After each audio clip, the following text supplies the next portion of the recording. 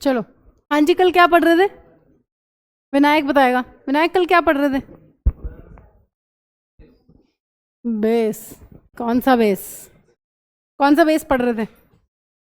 बताओ जल्दी, बोलो। पढ़ भी रहे थे कि नहीं?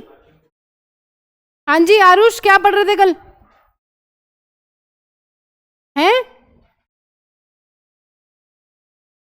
पीएच पीएच स्केल में क्या पढ़ा था? हाँ जी, पीएच का क्या कॉन्सेप्ट पढ़ा था दीक्षा?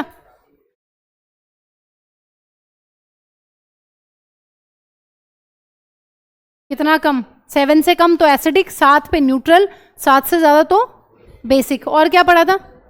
हाँ जी, अगर H प्लस आयंस की कॉन्सेंट्रेशन ज्यादा होती है पार्थ, तो एसिडिक ज्यादा होता है या बेसिक ज्यादा होता है? ये देखो, एसिडिक बेसिक तो बेसिक। हाँ जी, और क्या क्या पढ़ के गए थे कल? इंपॉर्टेंस पढ़ी थी। क्या इंपॉर्टेंस है? ह्यूमन बॉडी को अच्छे से काम करने के लिए उसकी सेल्स को कितना पीएच चाहिए? 7 से 7.8 याद रखना है, एमसीक्यू आ सकता है यहां से, ठीक है? तो इसकी ये रेंज याद रखना। और आज इंपॉर्टेंट चीज पढ़ेंगे, सॉल्ट्स पढ़ेंगे। इसको खत्म करके सॉल्ट्स वाला टॉपिक काफी काफी इंपॉर्टेंट है। 5 सॉल्ट है तुम्हारे कोर्स में, मान के चलो एक 5 नंबर का सवाल आएगा ही आएगा यहां से, ठीक है? ऑप्शन आती है उसमें, ठीक है? 5 मार्क्स वाले क्वेश्चन में ऑप्शन आती है, बट एक सवाल यहां से बनता है, तो तुम 5 नंबर का यहां से भी रेडी कर सकते हो, ठीक है? सॉल्ट में से अभी तो वो जो कल वाला टॉपिक पढ़ रहे थे उसको खत्म कर लेते हैं। हाँ जी, कल तुमने ये पढ़ लिया था कि जितने भी लिविंग ऑर्गेनिजम्स हैं उनको बेस्ट ग्रोथ के लिए एक ऑप्टिमम पीएच चाहिए, ये पढ़ लिया था तुमने। उसके बाद तुमने और क्या पढ़ा था? तुमने ये पढ़ा था कि हमारे डाइजेस्टिव सिस्टम में पीएच का काफी इंपॉर्टेंट रोल है। अगर हमारे स्टमक में जो एसिड है अगर वो एक प्रॉपर क्वांटिटी में रिलीज होगा तो ठीक है मैम, सब कुछ ठीक है। लेकिन अगर हम ज्यादा खा लें, बहुत ज्यादा ओवर ईटिंग कर लें, तो ओवर ही एसिड रिलीज होता है तुम्हारी बॉडी के अंदर, जिससे क्या दिक्कत आती है? दिक्कत ये आती है, एसिडिटी हो जाती है। फिर उसके लिए क्या करना पड़ता है? उसके लिए बेस लेना पड़ता है। तो एसिड को बेस से क्या करते हैं? न्यूट्रलाइज करवाते हैं, न्यूट्रलाइज। और न्यूट्रलाइज होगा तो इसका मतलब क्या होगा मैम? ठीक ठाक काम करेगा पेट में, मतलब जितना एसिड है ये क्या कर रहे हो? क्या हुआ?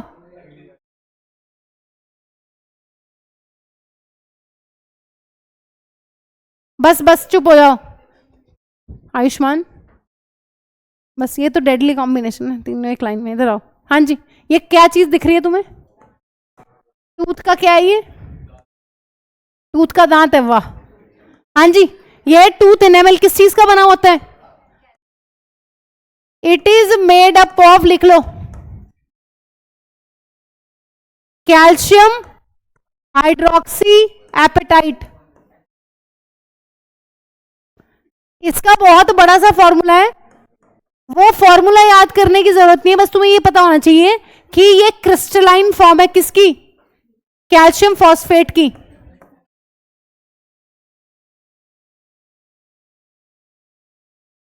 एक बार मुझे कोई कैल्शियम फॉस्फेट का फॉर्मूला लिख के दिखाओ जल्दी, मैं आ रही हूं। लिखो, कैल्शियम फॉस्फेट का फॉर्मूला लिख के दिखाओ। कैल्शियम फॉस्फेट लिखो जल्दी। हाँ जी, इसका तो बहुत बड़ा सा होता है, CA10 फॉस्फेट 6 हाइड्रोक्सी समथिंग, है ना? वो तुम्हें नहीं याद करना है इसका फॉर्मूला, बस ये पता होना चाहिए कि हाँ भाई कैल्शियम हाइड्रोक्सी एपेटाइट कुछ है, उसका बना हुआ है हमारा क्या? ये टूथ का इनेमल, जो सफेद पार्ट है हमारे दांत का। और एक क्रिस्टलाइन फॉर्म है कैल्शियम फॉस्फेट की। कैल्शियम फॉस्फेट का फॉर्मूला बता दो जरा एक बार। कैल्शियम पे कितना चार्ज होता है?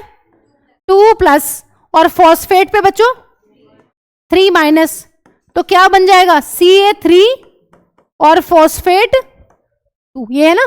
तो ये है कैल्शियम फॉस्फेट। जो तुम्हारा सफेद पार्ट होता है ना दांत का, जिसको टूथ एनेमल बोल रहे हैं, जो कि कैल्शियम फॉस्फेट है, वो हार्डेस्ट सब्सटेंस है तुम्हारी बॉडी में। हाँ जी, ये सबसे हार्ड सब्सटेंस है।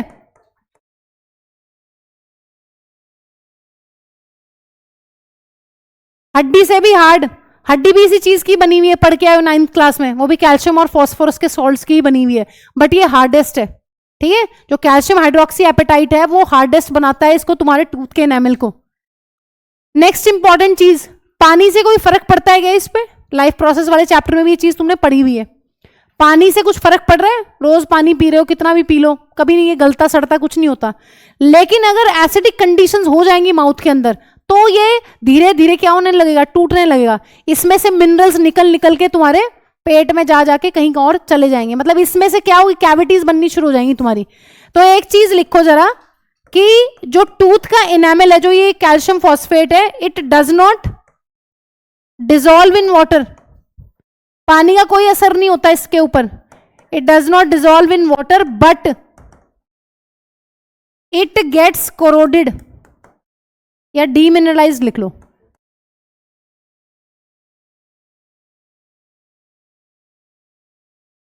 Demineralised in the presence of what, acidic conditions या एसिड्स।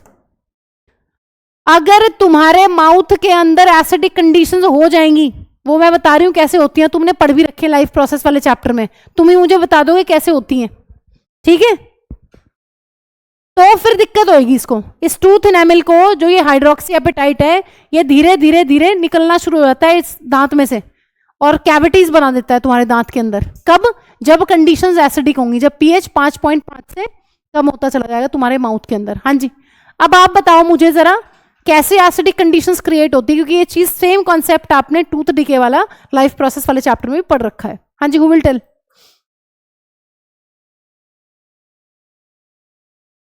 विभोर बताओगे? No ma'am. Ahil? No ma'am. हाँ जी, ऋषभ? ये भी नो ही कहेगा। टूथ डिके, एसिडिक कंडीशंस कैसे होती है माउथ के अंदर, ये क्वेश्चन।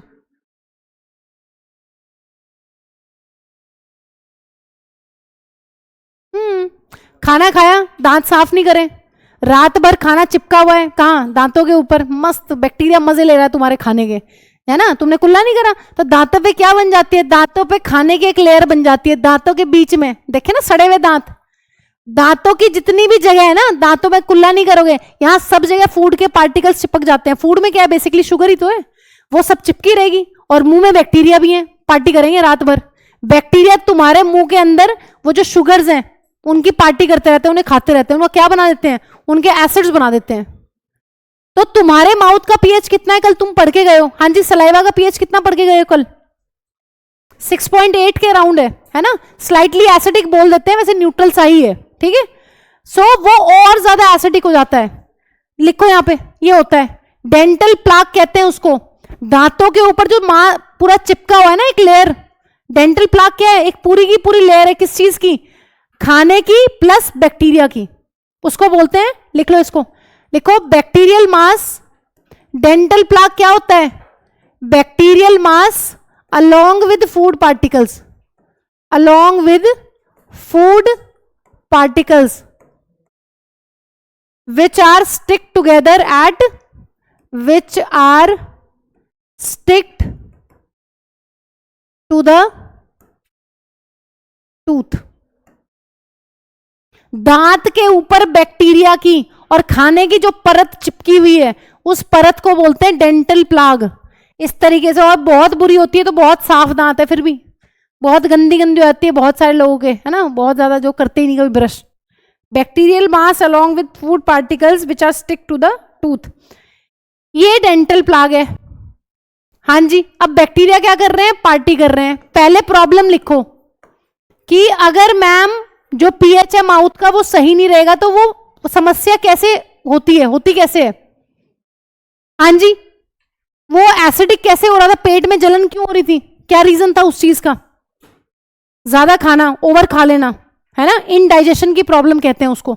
यहां पर क्या प्रॉब्लम है, यहां पर प्रॉब्लम ये है कि मैम जो बैक्टीरिया है वो शुगर्स के ऊपर एक्ट करते हैं और एसिड प्रोड्यूस करते हैं हमारे मुंह के अंदर। लिखो बैक्टीरिया, प्रॉब्लम लिखो, प्रॉब्लम क्या है, bacteria present in our mouth produces acids, in our mouth produces acids by the degradation of sugars, by the degradation of sugars or food particles, or food particles present in the mouth, of course, after eating, present in the mouth after eating.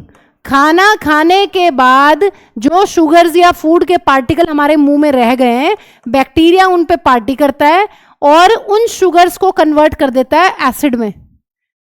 तो जब acid बनाएगा पूरी रात तुम्हारे मुंह के अंदर, तो तुम्हारे माउथ का पीएच कैसा हो जाएगा? ऑफ कोर्स एसिडिक हो जाएगा। और एक दिन की कहानी नहीं है कि एक दिन में दांत जड़ जाएगा।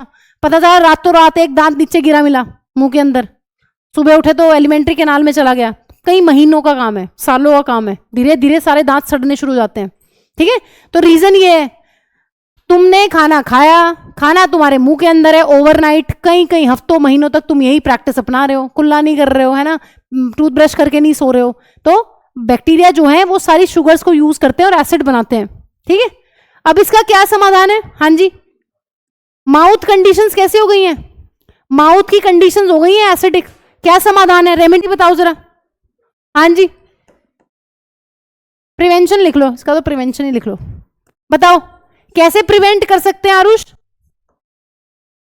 हाँ जी आरुष, टूथ डिके को कैसे प्रिवेंट कर सकते हैं? हाँ जी, पहला वॉश योर माउथ, लिखो, clean your mouth regularly after eating. भाई कुल्ला उल्ला कर लिया करो। Rinse your mouth after every meal. ठीक है, दूसरी इंपॉर्टेंट चीज, अगर बहुत सीरियस केस है तो आपको डॉक्टर सजेस्ट करेंगे कि आप बेसिक टूथपेस्ट जो है वो यूज करें। ठीक है, यूजिंग बेसिक टूथपेस्ट।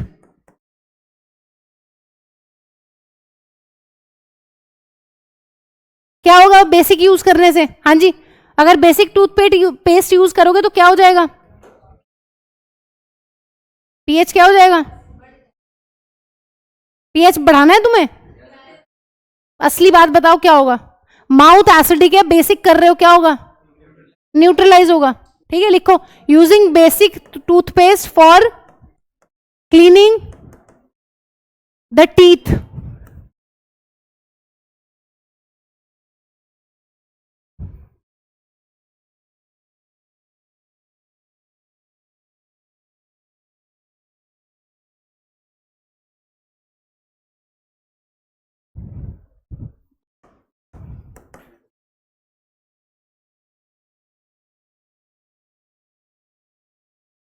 जितने भी एसिड है एक्स्ट्रा, उस सबको क्या करेगा?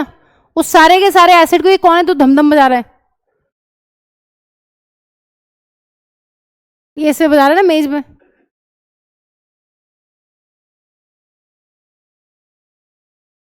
दांत एसिडिक ना हो तो माउथ तो वैसे भी हल्का सा एसिडिक रहेगा ही, बैक्टीरिया है ना माउथ में, और खाना भी ऑल टाइम तुम खा रहे हो, तीनों टाइम तो प्रॉपर्ली वॉश नहीं कर रहे हो ना, बहुत ज्यादा सीरियस कंडीशन नहीं होती है फिर बस। ठीक है, नॉर्मल टूथपेस्ट तो हल्के से बेसिक ही होते हैं वैसे भी। ठीक है, लेकिन बहुत ज्यादा फिर वो स्पेशल होते हैं, डेंटिस्ट के पास तो जाने की नौबत तभी आएगी। हाँ बोलो। क्योंकि नमक, अचार में नमक क्यों होता है? प्रिजर्वेटिव होता है ना, बैक्टीरियल एक्शन होता है, बैक्टीरिया की सेल वॉल को ब्रेक कर देता है। तुम्हारे पिकल्स वगैरह में देखा ना, बहुत एक्सट्रीम नमक होता है, वो ये प्रिजर्वेशन के काम आता है ना, प्रिजर्वेटिव है नमक। एक एक्स्ट्रा चीनी, एक्स्ट्रा नमक, ये सब क्या है? प्रिजर्वेटिव होते हैं, बैक्टीरिया की सेल वॉल को बर्स्ट कर देते हैं ये। ठीक है, इसीलिए नमक में वही लॉजिक है। हाँ जी ठीक है, दो तरीके हैं।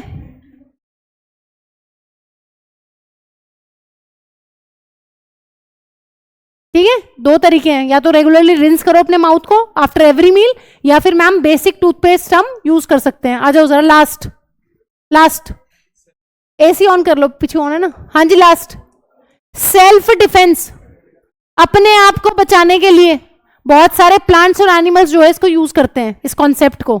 ठीक है, उनको पता नहीं है बट वो यूज कर रहे हैं। हाँ जी, जैसे कि पहला एग्जाम्पल, एनिमल का एग्जाम्पल ले लेते हैं, हनी बी स्टिंग। एक एनिमल है हनी बी, बताना जरा, पढ़ के आए हो पिछले साल लास्ट वाले चैप्टर में? हनी बी का क्या नाम है? Indian honey bee, indica. कौन सी इंडिका? वो पहला जीनस नेम क्या था? एपिस, एपिस इंडिका, है ना। लेकिन कमर्शियल लेवल पे कौन सी हनी बी को यूज करते हैं? इटालियन का क्या नाम था? वो डोरसाटा तो इंडियन ही है। हाँ जी, मेलीफेरा, एपिस मेलीफेरा। आओ इधर।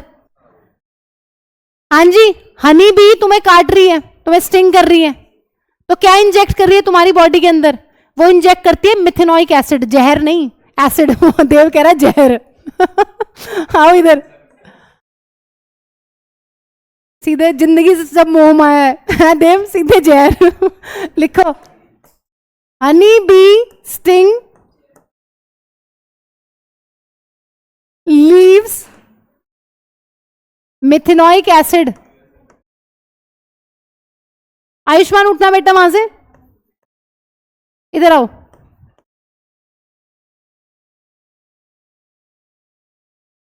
आओ आओ जल्दी, अरे मुझे डिस्टर्ब हो रहा है ना पढ़ाने में बेटा, आओ जल्दी।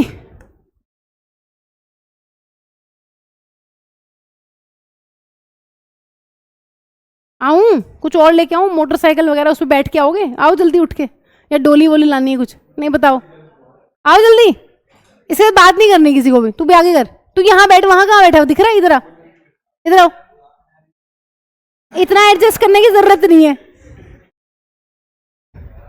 ये एडजस्ट ही कर रहा है बेचारा अब तक। कितना एडजस्ट करोगे लाइफ में यार, इतना भी एडजस्ट नहीं करना होता। आओ, चाहे हनी भी हो चाहे रेड एंट हो, ये तुमसे नहीं पूछेगा, वो तुमसे ये पूछेगा, ये दिया हुआ बुक में।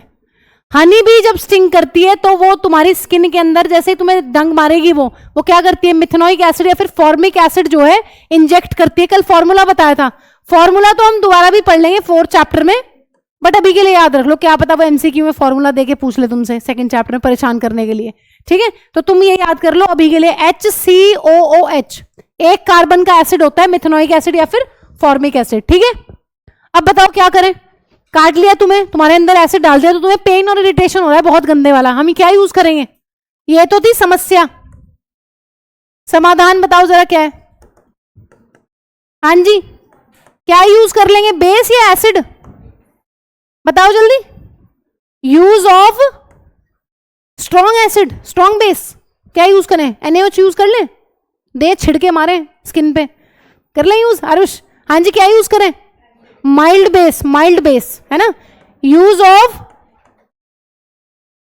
NaOH यूज नहीं करेंगे, वो कोरोसिव होता है, बहुत हाईली डेंजरस है वो।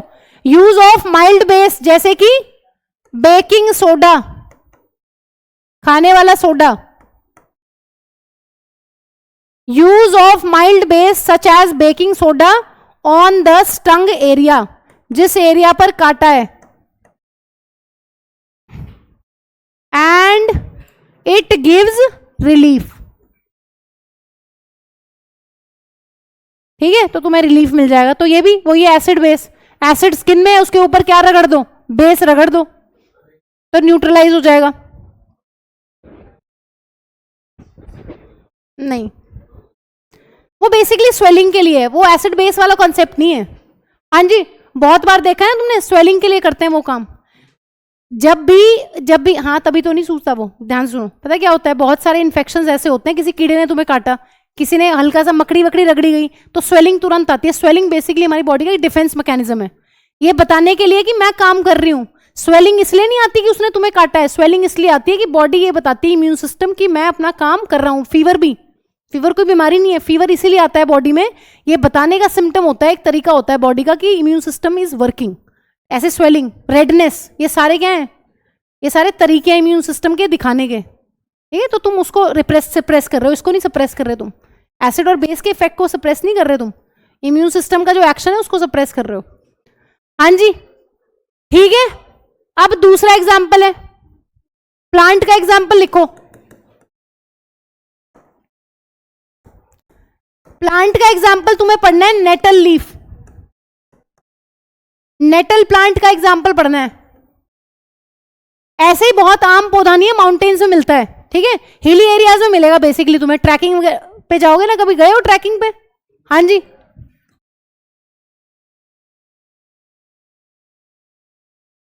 ठीक है, हिली एरियाज में जाओगे वहीं मिलता है, ऐसे नॉर्मली यहां नहीं मिल जाएगा कि मैम मुझे यहां मिल गया था नेटल प्लांट। ठीक है, तो पहली इंपॉर्टेंट चीज ये है कि नेटल प्लांट ऐसा होता है, देखो ध्यान से। हाँ जी, ये नेटल प्लांट है, कैसा है देखना जरा ध्यान से एक बार। इसकी लीव्स पे अगर तुम्हें दिख रहा हो ये हेयर लाइक स्ट्रक्चर्स दिख रहे हैं? हाँ जी, दिख रहे हैं कि नहीं? देख रहे हो? पहले तो ये बताओ देख भी रहे हो नहीं? धनंजय इधर है भाई, भोर थोड़ी ना नेटल, इधर यहाँ है डायग्राम, इधर देखो, ये नेटल प्लांट है और इसकी जो लीव्स होती हैं बच्चों, उसकी लीव्स पे होते हैं बहुत सारे स्टिंगिंग हेयर्स। जो ये तुम्हें सफेद सफेद दिख रहे हैं ना, ये सारे क्या हैं? ये सारे स्टिंगिंग हेयर्स हैं। अब जैसे ही गलती से मान लो ट्रैकिंग पे गए हो, जोश चढ़ता है, कॉलेज वॉलेज में जाओगे ट्रैकिंग पे तुम भी, ठीक है, अगर आया तुम्हें मजा तो उसमें दोस्तों के साथ, तो भाई गलती से अगर हाथ लग गया तो क्या होगा? ये गलती से बाय चांस ही टच करोगे, जान के तो करोगे नहीं, है ना? तो अगर बाय चांस एक्सीडेंटली टच होगा तो तुम्हारी बॉडी के अंदर इसके स्टिंगिंग हेयर्स जो है वो मिथेनोइक एसिड को इंजेक्ट कर देते हैं। वही सेम पेन और इरिटेशन यहाँ पे भी होती है, बहुत बर्निंग पेन होता है इसका, ठीक है। इसका इलाज बहुत सीधा सा है। इसका इलाज या तो वही है कि कोई बेस ले जाना, ट्रैकिंग पे अगर गए तो रगड़ लेना बैठ के तुरंत, ठीक है, नहीं तो ये है इसका इलाज। इसी के आसपास, हाँ जी, नेटल प्लांट के आसपास एक प्लांट मिलता है, डॉक प्लांट। डॉग नहीं, डॉक। डॉक प्लांट की लीफ रगड़ लो, क्या होगा इसमें? अगर इसमें एसिड है तो ये क्या करेगा? इसकी प्रॉपर्टीज है बेसिक, ठीक है। आओ जरा लिखो 2 लाइनें। Nettle plant is a wild herbaceous plant, जंगली पौधा है और हर्ब है। हाँ जी, श्रब और हर्ब और प्लांट्स में क्या फर्क होता है? ट्रीज में बताओ जल्दी, क्या फर्क है तीनों में? बचपन से पढ़ाओगे, तो छोटे बच्चे हैं, बताओ जल्दी फिर। हर्ब्स क्या होती हैं और श्रब्स हैं, और ट्रीज? आओ, हर्ब है, छोटी सी है, छोटा सा पौधा है, ध्यान से सुनो, वाइल्ड है, जंगली है, ऐसे नहीं कि यहीं कहीं मिल जाएगा। हाँ जी, लिखो जरा। इट्स लीव्स, इट्स, लिख लो फटाफट। It's leaves have stinging hairs, stinging hairs. It injects methanoic acid या फिर फॉर्मिक एसिड, एक ही बात है, मिथेनोइक एसिड या फिर formic acid into the skin, which produces, comma लगा के लिख लेना यहीं पे, विच प्रोड्यूसेस बर्निंग पेन।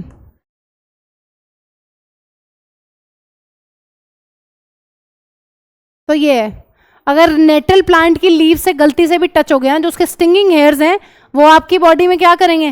वो आपकी बॉडी में क्या इंजेक्ट कर देंगे? Methanoic acid. लिखा है तूने? कहाँ लिखा है? और इसके आगे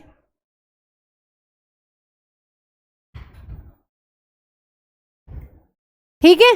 आओ जरा, ये तो प्रॉब्लम है, रेमेडी लिखो। हाँ जी, लिखो फटाफट।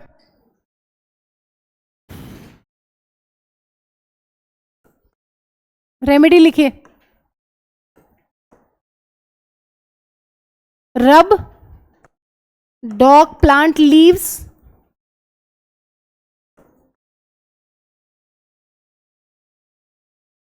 Over the stung area.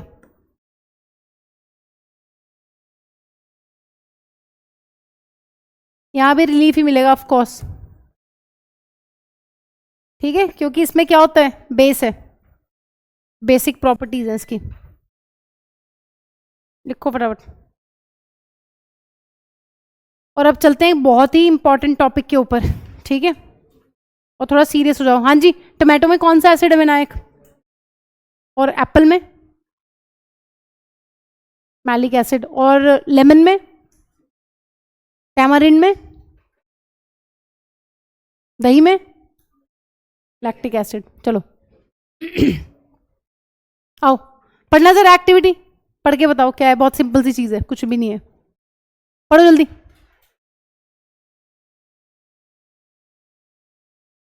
2 gram soil लेना है एक टेस्ट ट्यूब में और उसमें पानी ऐड करना है, कितना? 5 ml। Shake the contents of the test tube, दोनों को मिक्स कर लेना अच्छे से, मिट्टी को और पानी को क्या कर लेना, अच्छे से मिक्स कर लेना है। उसके बाद ये कह रहा है filter the contents and collect the filtrate. हाँ जी, फिल्ट्रेट क्या होता है? फिल्ट्रेट क्या चीज होती है जो छन्ने के बाद आपको मिली है, फिल्टर होने के बाद जो मिली है वो फिल्ट्रेट है। तो क्या मिलेगा यहाँ पे? सॉलिड भी होगा उसमें या सिर्फ लिक्विड होगा? हाँ जी बताना जरा, फिल्ट्रेट में क्या होगा?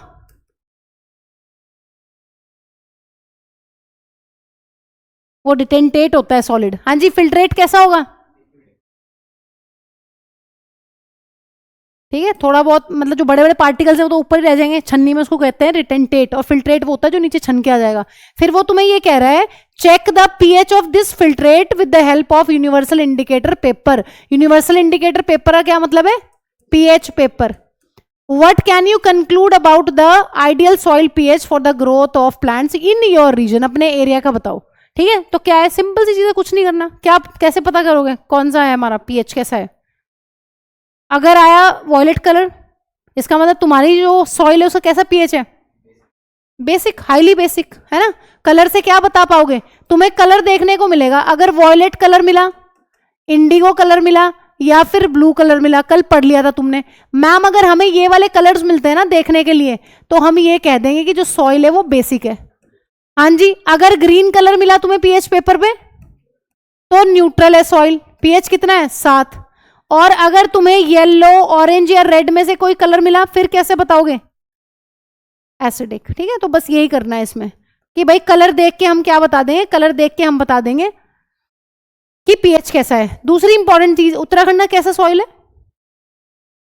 जैसे तुम हिस्ट्री ज्योग्राफी इतनी पढ़ते हो, क्या पढ़ते हो? एलुवियल कैसी होती है वो? बेसिक होती है या वो कैसी और? नहीं मतलब नेचर पथरीली, हल्की सी एल्कलाइन होती है, 7 से 8 का पीएच रहता है अराउंड। ठीक है, तो अप्रॉक्सीमेटली, वैसे तुमसे इतना डिटेल में कोई नहीं पूछ रहा, लेकिन मैं तुमसे पूछ रही थी कि तुम्हें ज्योग्राफी आती है कि नहीं आती है तुम्हें। हाँ जी, इधर आ जाओ। सॉल्ट्स बहुत इंपॉर्टेंट टॉपिक है, थोड़ा सीरियस हो जाओ। ठीक है, माहौल ठंडा कर लो क्लास का, काफी गर्म कर रखा है तुमने बातें कर करके। बात सुनो ध्यान से। हाँ जी, न्यूट्रलाइजेशन रिएक्शन क्या होती है, कौन बताएगा? जल्दी बोलो फटाफट, न्यूट्रलाइजेशन रिएक्शन क्या होती है? एसिड की बेस के साथ रिएक्शन मैम, और बनता है सॉल्ट और वाटर। ध्यान से सुनो, ठीक है, काफी इंपॉर्टेंट है, काफी इंपॉर्टेंट, सारे बहुत काम आएगी तुम्हें। अभी तक तुमने ये पढ़ लिया है कि मैम जब हम एसिड की रिएक्शन करवाते हैं किसी बेस के साथ तो हमें मिलता है सॉल्ट और हमें मिलता है वाटर। तो यहीं से हम क्या करते हैं, यहीं से हम डेफिनेशन उठा लेते हैं सॉल्ट्स की। सॉल्ट्स की मैं तुम्हें 2 डेफिनेशन लिखवा रही हूं। ठीक है, एक तो जो तुमने 9th क्लास में पढ़ी हुई है या तुम 3rd चैप्टर में भी पढ़ोगे आयनिक कंपाउंड्स के रिस्पेक्ट में, और एक ये सिंपल वाली डेफिनेशन, ध्यान से सुन लो। हाँ जी आओ, एसिड का एग्जाम्पल बता दो कोई। HCl। बेस का एग्जाम्पल क्या लेना है, कोई भी ले लो, NaOH ले लो। बताओ कौन सा सॉल्ट बन जाएगा? NaCl, और साथ में बन जाएगा पानी। अब बताओ जरा इस पे क्या कमेंट करोगे आप, इस सॉल्ट पे कैसे बना है? सॉल्ट में जो मेटल वाला पार्ट आया है, Na क्या है बच्चों? Na मैम मेटल वाला पार्ट है, और जो क्लोराइड है वो अपना नॉन मेटल वाला पार्ट है। और तुम्हें एक चीज और पता होनी चाहिए कि ये आयनिक कंपाउंड है ना, Na+ और Cl- को मिला के बना है, ये तो सबको पता है। यहां पर कौन से टाइप की रिएक्शन है ये बताना जरा मुझे। डबल डिस्प्लेसमेंट में कौन सा टाइप है? न्यूट्रलाइजेशन, है ना। क्या होता है, आयंस एक्सचेंज हो रहे हैं मैम यहाँ पे, ना तो यहाँ प्रेसिपिटेट बनता और ना यहाँ पे गैस फॉर्म होती है ना, उस वाली रिएक्शन को हम डबल डिस्प्लेसमेंट का वो टाइप जिसमें ना गैस बने ना प्रेसिपिटेट बने, उसको बोलते हैं न्यूट्रलाइजेशन। अब ध्यान से सुनो यहाँ पे एक बात, आयंस एक्सचेंज हुए। अब मुझे ये बताओ जो ये मेटल वाला पार्ट है ये सॉल्ट में कहां से आया है, बेस से आया है या एसिड से आया है? बेस से। बेस से मैम आया है ये वाला पार्ट मेटल वाला, और नॉन मेटल वाला पार्ट कहां से आया है? एसिड में से। अब ध्यान से एक बात सुनो, क्या हम ये कह सकते हैं एक बात कि भाई जो मेरा मेटल वाला पार्ट होता है, ध्यान से सुनो, जो मेरा मेटल वाला पार्ट है बेस के अंदर, उसने डिस्प्लेस कर दिया है किसको? हाइड्रोजन को। कैसा बोल सकते हैं? ध्यान से सुनो। जो मेरा मेटल वाला पार्ट है बेस के अंदर, उसने डिस्प्लेस कर दिया है किसको? हाइड्रोजन को। From what part? From acid. Acid में से हाइड्रोजन को डिस्प्लेस करके मेटल खुद बैठ जाता है, वहीं बनते हैं सॉल्ट्स। ठीक है, इसकी डेफिनेशन लिखो। 2-3 डेफिनेशन है, सबसे अच्छी है ये जो तुम्हारे काम आएगी सारी एक्टिविटीज में। लिखो, salt is a substance, salt is a substance formed by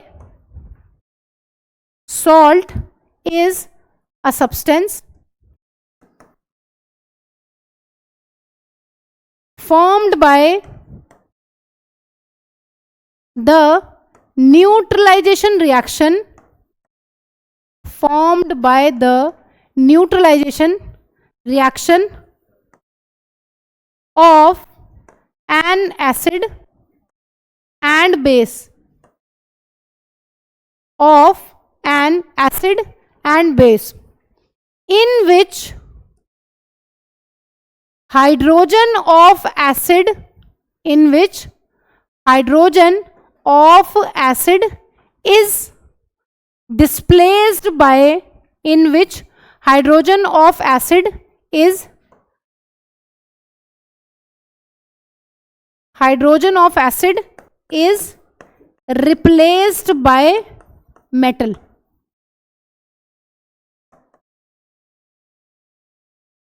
replaced by, replace कर दिया ना उसको, मेटल ने बेस में से निकल के रिप्लेस कर दिया किसको? हाइड्रोजन को। ठीक है, ये तुम्हारे काम आएगी। एक और डेफिनेशन है वो भी लिख लेते हैं। ठीक है, वो भी तुम्हें समझ तो आई गई है यहां पर कि जो सॉल्ट होते हैं वो हमेशा आयनिक कंपाउंड्स होते हैं, कैटायन और एनायन को मिलके बनते हैं। ठीक है, तुम्हारे काम यही आएगी, लेकिन एक दूसरी डेफिनेशन भी इसकी लिख लो। लिखो, salt is a ionic compound, salt is a ionic compound. Third chapter में आयनिक कंपाउंड्स की पूरा गुणगान करेंगे। ठीक है, थर्ड चैप्टर में हम पढ़ेंगे आयनिक कंपाउंड्स के बारे में, फोर्थ चैप्टर में हम लोग पढ़ेंगे कोवेलेंट कंपाउंड्स के बारे में। ठीक है, salt is a ionic compound which is formed by positively charged ion को क्या बोलते हैं बच्चों? कैटायन। पॉजिटिवली चार्ज्ड आयन जिसको हम लोग बोलते हैं कैटायन। ठीक है, जो है अपना metal ion. And negatively charged ion, negatively charged ion जैसे कि उसको क्या बोलते हैं नेगेटिवली चार्ज आयन को? एनायन। वो बनता है नॉन मेटल से। इसका एक एक्सेप्शन है बस तुम्हारे कोर्स में, वो एक्सेप्शन लिख लेते हैं, अदरवाइज ये वाली डेफिनेशन भी बिल्कुल ठीक है। Salt is a compound which is formed by, ionic compound which is formed by cation and anion. ठीक है, एक्सेप्शन कौन सा है? एक एक्सेप्शन है यहां पर कैटायन का एक्सेप्शन, यहां लिख देती हूं ऊपर, अमोनियम। ये है तो कैटायन, लेकिन ये मेटल का नहीं है, ये नॉन मेटल का कैटायन है, ये एक्सेप्शन है।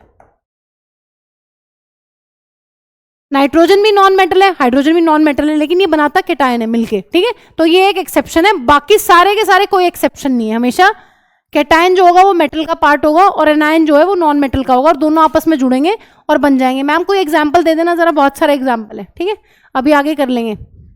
आओ जरा, 2 एक्टिविटीज है पूरी की पूरी इसी पर बेस्ड, और एक क्वेश्चन मान के चलो इस एक्टिविटी से आते ही आता है। हाँ जी, सॉल्ट्स के नाम पढ़ लो, टेबल बनानी है, कुछ नहीं लिखना है इसमें से।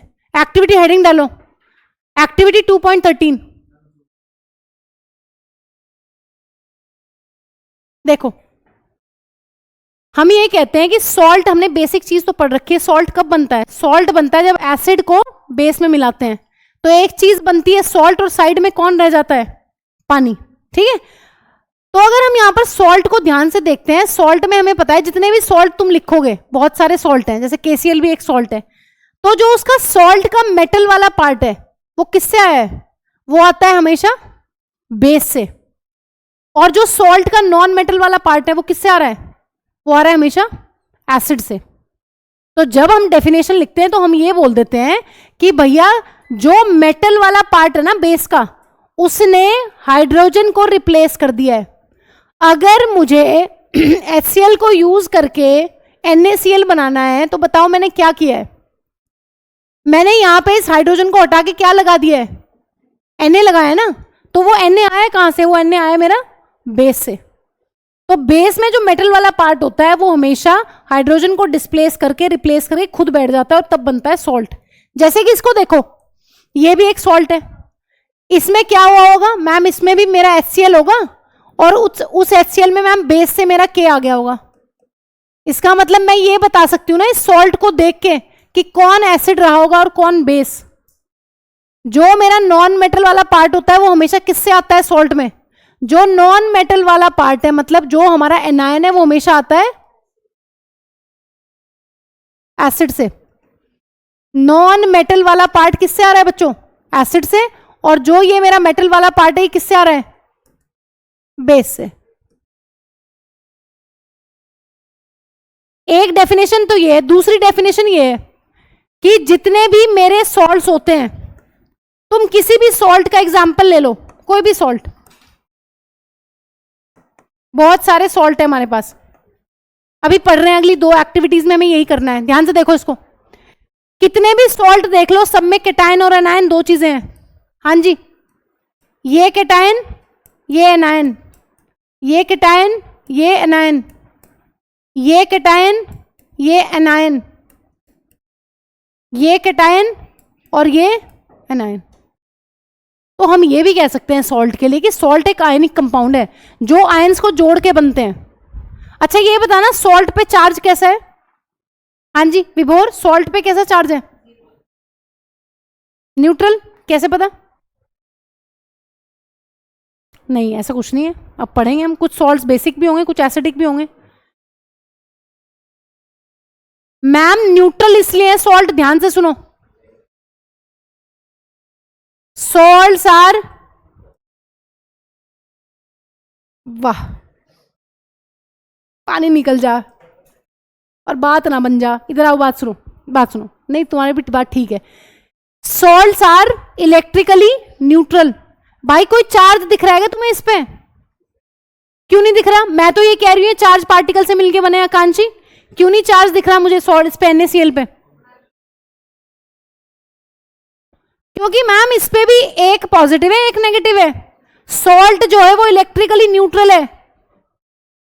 सॉल्ट जो है वो इलेक्ट्रिकली न्यूट्रल है क्योंकि जितना पॉजिटिव है उतना ही नेगेटिव है। इधर देखना जरा, इसमें भी ऐसा ही है क्या? जितना पॉजिटिव उतना नेगेटिव। इसमें बताओ जरा, इसमें तो अलग है, मुझे तो अलग दिख रहा है। इसमें एक पॉजिटिव है 2 नेगेटिव है। बताओ क्या बात है? हाँ जी मैम दिख नहीं रहा इन्हें। यहां कितने सोडियम है तो फिर कितना पॉजिटिव हो जाएगा? Salts are always electrically neutral, भले ही वो कैटायन और एनायन को मिलके बने हैं। भाई जिसके सिर पे चार्ज होता है उसको ऐसे लिखा जाता है ना। सॉल्ट के सिर पे कोई चार्ज नहीं है, ये इलेक्ट्रिकली न्यूट्रल है सारे। ठीक है, अभी 2 एक्टिविटीज पढ़ते हैं, आओ पढ़ो। और तो क्या हुआ? कुछ गिर रहा है? अच्छा आओ, एक्टिव हेडिंग डालो, एक्टिविटी 2.13। सारे PYQs कर लो, एग्जाम्पलर कर लो, इंटेक्स कर लो टेस्ट के लिए। टेस्ट है 3 तारीख को, पता है ना? आओ जरा इधर। हाँ जी, potassium sulphate, sodium sulphate, calcium sulphate, magnesium sulphate, copper sulphate, sodium chloride, sodium nitrate, sodium carbonate और अमोनियम क्लोराइड। ध्यान से सुनो क्या करना है एक्टिविटी में, इंपॉर्टेंट एक्टिविटी है दोनों, ध्यान सुनो। तुम्हें यह बताना है कौन से एसिड और कौन से बेस को मिला के ये सॉल्ट बने हैं। पहली चीज, तुम्हें हर एक सॉल्ट का एसिड और बेस बताना है कि इनका पेरेंट एसिड और पेरेंट बेस कौन सा है, पहली चीज। दूसरी चीज आपको यह बतानी, आसान सी चीज है, दूसरी इस बार आया था, एक पार्ट में पूछा हुआ था फैमिली बताओ। तो जिस बच्चे ने एक्टिविटी नहीं करी होंगी, पूरे चैप्टर में कहीं फैमिली नहीं दी हुई, पूरे चैप्टर में फैमिली दी है, एक्टिविटी में दी हुई है फैमिली वाला जो कॉन्सेप्ट है। ध्यान से सुनो एक चीज, ये टेबल बनाओ पहले। एक्टिविटी 2.13 हेडिंग डालो ऊपर, और ये टेबल बनानी है, एक्टिविटी में कुछ नहीं लिखना। बनाओ जल्दी फटाफट, 2-3 मिनट में।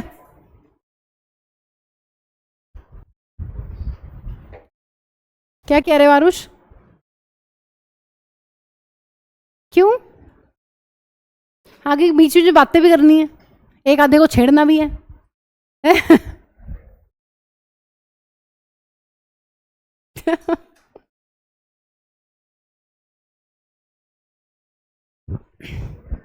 पूरे शरारती हो रहे हो तुम लोग, अब खोटे हो गए, खोटे।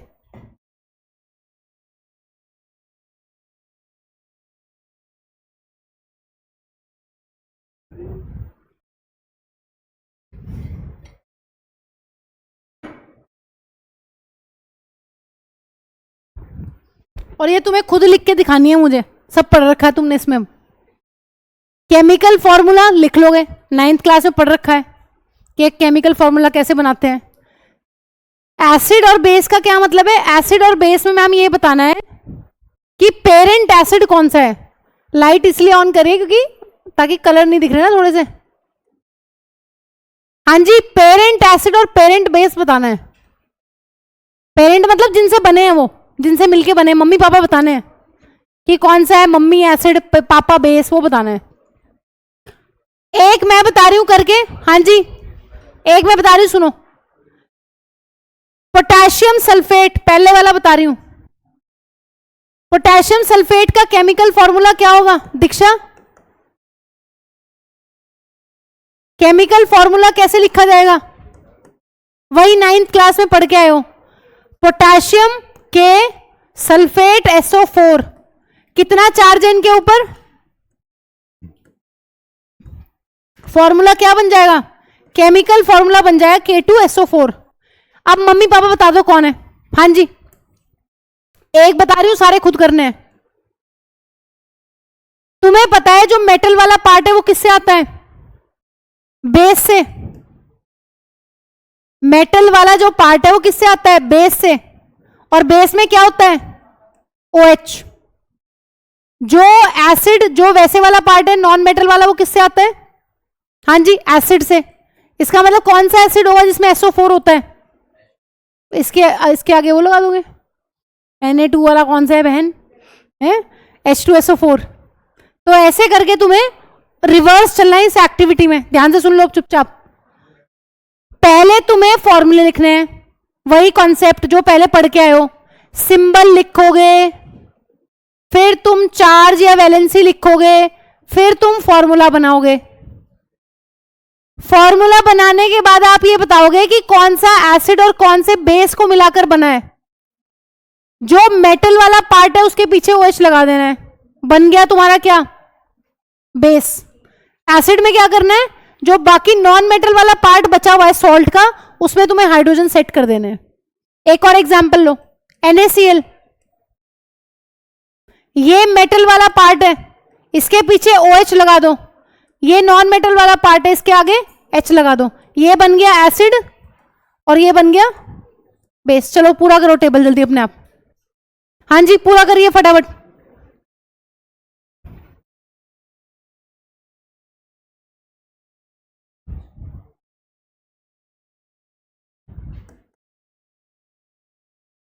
करो जल्दी पूरा अपने आप।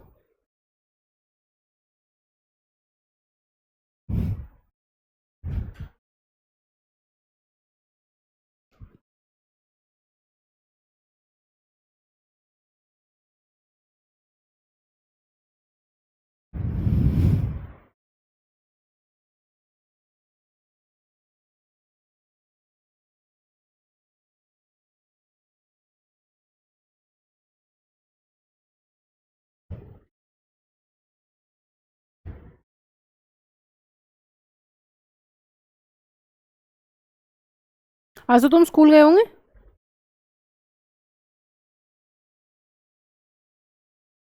तब भी इतनी एनर्जी है। बहुत बच रही। स्कूल में आज कुछ काम हुआ था या बातें कर रहे थे? हैं? पढ़ाई हुई थी कुछ या बातें कर रहे थे? थोड़ी सी। ओह, तेरा तो टाइम पास हो गया होगा। क्या मजा आ गया। Sodium sulphate, sodium sulphate Na2SO4। हाँ जी, बेस क्या होगा? NaOH और एसिड H2SO4। दीक्षा अगले का फॉर्मूला बताना जरा, कैल्शियम सल्फेट CaSO4। बेस बताना जरा जल्दी। हाँ जी आरुष, कौन सा बेस है? कैल्शियम सल्फेट में कौन सा बेस है? होता भी है हाँ, कैल्शियम हाइड्रोक्साइड।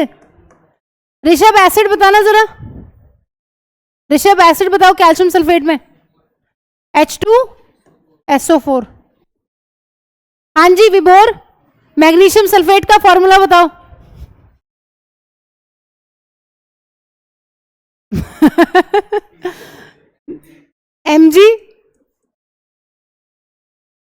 MgSO4। बेस बताओ जरा।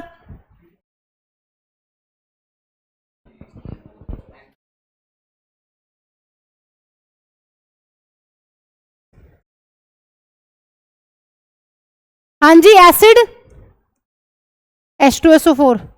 Next copper sulphate.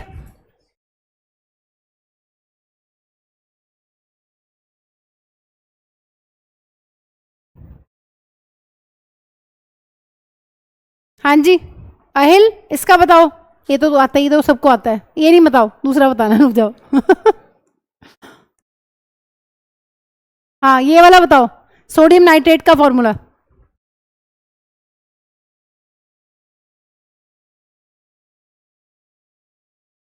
बेस बताओ। NaOH और एसिड HNO3। कुछ सिलेक्टेड ही एसिड्स हैं आपके कोर्स में, HCl H2SO4 HNO3। हाँ जी आकांक्षी, सोडियम कार्बोनेट का फॉर्मूला बताओ जल्दी।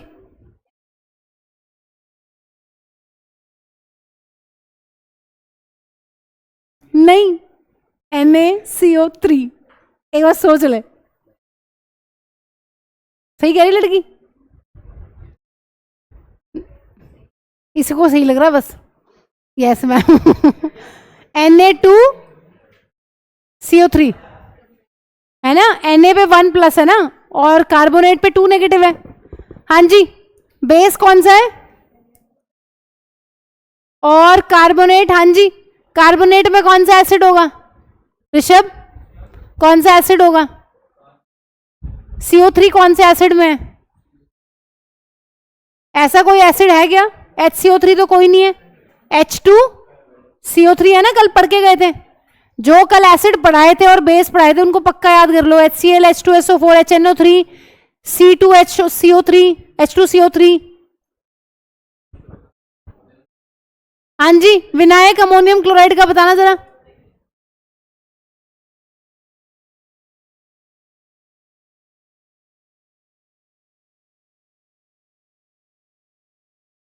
देव, अमोनियम क्लोराइड का क्या फॉर्मूला होगा?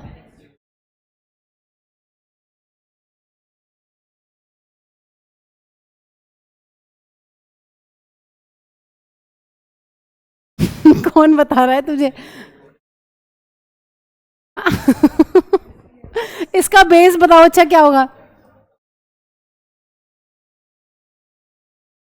तभी इतना अच्छा बता रहे हैं तुझे।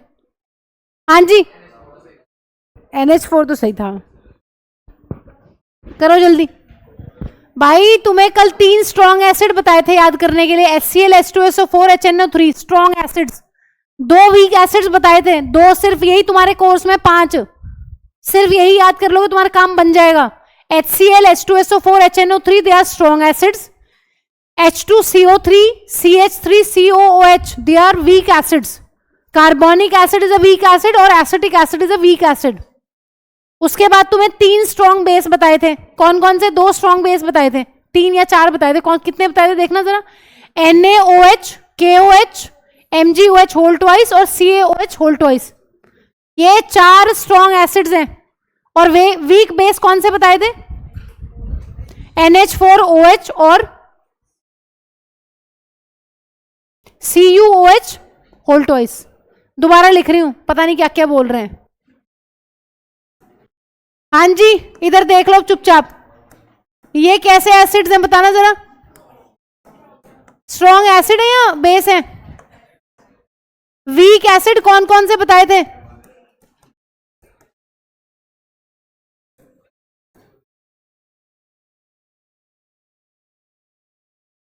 हाँ जी, स्ट्रॉन्ग बेस कौन कौन से बताए थे? NaOH। क्या सब्जी मंडी सी बना रखी है क्लास की? सब्जी बेचने आएगे तुम यहां?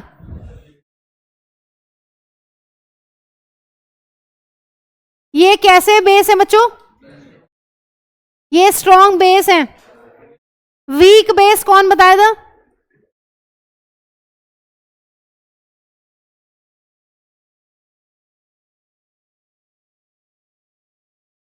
ये वीक बेस बताए थे। ये तुम्हें पता होना चाहिए अगली क्लास में, क्योंकि अगली क्लास में तुम कर ही नहीं पाओगे। कहां जा रहे हो? रुक जाओ, एक चीज बच रही है। ये हो गया सबका? आ गया तुम्हें समझ? वो तो लग रहा है मुझे बहुत ज्यादा आ गया है। हाँ जी, अब एक चीज बस, इस एक्टिविटी की एक चीज रहेगी, फिर छुट्टी है तुम्हारी। फैमिली ध्यान से सुन लो। तुम्हारी फैमिली कहीं नहीं वेट कर रही होगी। फैमिली इधर आओ। फैमिली वाले वेट कर रहे होंगे ना बहुत तहे दिल से, मेरे पुत्र आ रहे हैं ना। आरती वारती तुम लाते। एक चीज लिख लो, फैमिली लिखो। फैमिली इसी एक्टिविटी में लिखो, salts having the same positive और negative radicals are set to belong to a family. जल्दी लिखो, इंपॉर्टेंट लाइन है, बता रही हूं, समझाया कहां है, भी लिखने को बोला है। Salts having the same, family लिखो। फैमिली क्या होता है? Salts having the same positive और नेगेटिव रेडिकल। धनंजय ने आज ज्यादा खाना खाया ऐसा लग रहा है।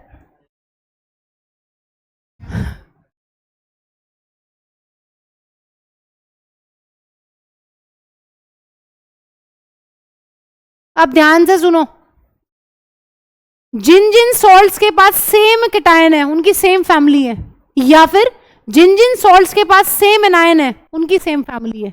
जैसे कि अगर मैं तुम्हें यहां पर एक एग्जांपल लूं कि बच्चों, सोडियम क्लोराइड और सोडियम कार्बोनेट, इनमें क्या कॉमन है? कुछ कॉमन है भी या नहीं? क्या चीज कॉमन है?